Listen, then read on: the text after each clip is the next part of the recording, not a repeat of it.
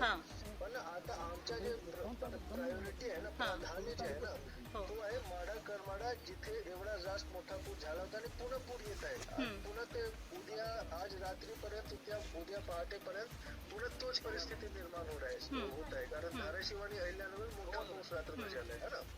तर तुम्ही तिथे, आप लीडर है, आप लोगों को थोड़ा समझाओ की भाई ये परिस्थिती, असा नको की मी कलेक्टरला कॉल केला आणि तुम्ही बोला कलेक्टरशी, है ना. नहीं सर, मी समझून घेते है, समझा रहे हैं, लेकिन सर मेरी आपसे रिक्वेस्ट ये है, मी आपल्याला विनंती ही आहे की जेवणाचे किट साहेब सगळ्यांना पाठवा. 3000 लोक आहेत, 500-600 पाठवल्यावर कसं. ऐका ना मॅडम, जेवणाचे किट्स 3000 लोकांना देणे शक्य नाही आहे, म्हणून आम्ही तांदूळ देतो आणि गहू देतो.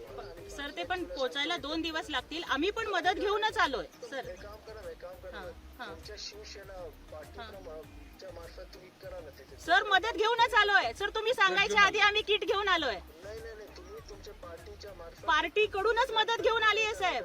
तुम्ही 3000 लोकांची आता मदत करा. 2-3 दिवसात आमचे सगळे सिस्टम होईल. सर आम्ही मदत करायला आलोय. तुम्ही म्हणजे तुम्ही आम्हाला हे सांगायच्या आधीच आम्ही मदत करायला आलोय. नाही, तेवढं होत नाही, मला माहिती. किट घेऊन आलोय साहेब आम्ही.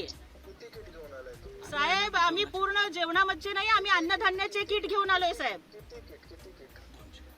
आता सध्याला आम्ही 200 आणले साहेब. आम्ही पूर्ण महाराष्ट्रात वाटतोय आणि किती लोक आहेत साहेब. आम्ही पूर्ण महाराष्ट्रात वाटतोय किट. अरे तो तुम्ही तर इथे पूर्ण महाराष्ट्राचे तर तुम्ही नाही आहात ना. तुम्ही तिकडे किती लोक आहेत आता? 750ची गरज आहे, 300 आले. कसं होणार साहेब आम्ही बाकीच्यांना पण देऊ, पण प्रशासनाची नाही का साहेब जबाबदारी. प्रशासन आम्ही करत आहोत ना, शेतकऱ्यांमध्ये देत आहोत. प्रत्येक कुटुंबाला आम्ही 10 किलो तांदूळ, 10 किलो जेवण देत आहोत. 2-3 दिवसात 5000 रुपये त्यांच्या अकाउंटमध्ये जाणार. 3000 लोक आहेत, तुम्ही 200 लोकांचे किट आणलाय, तर कसा मदत होईल सांगा मॅडम मला.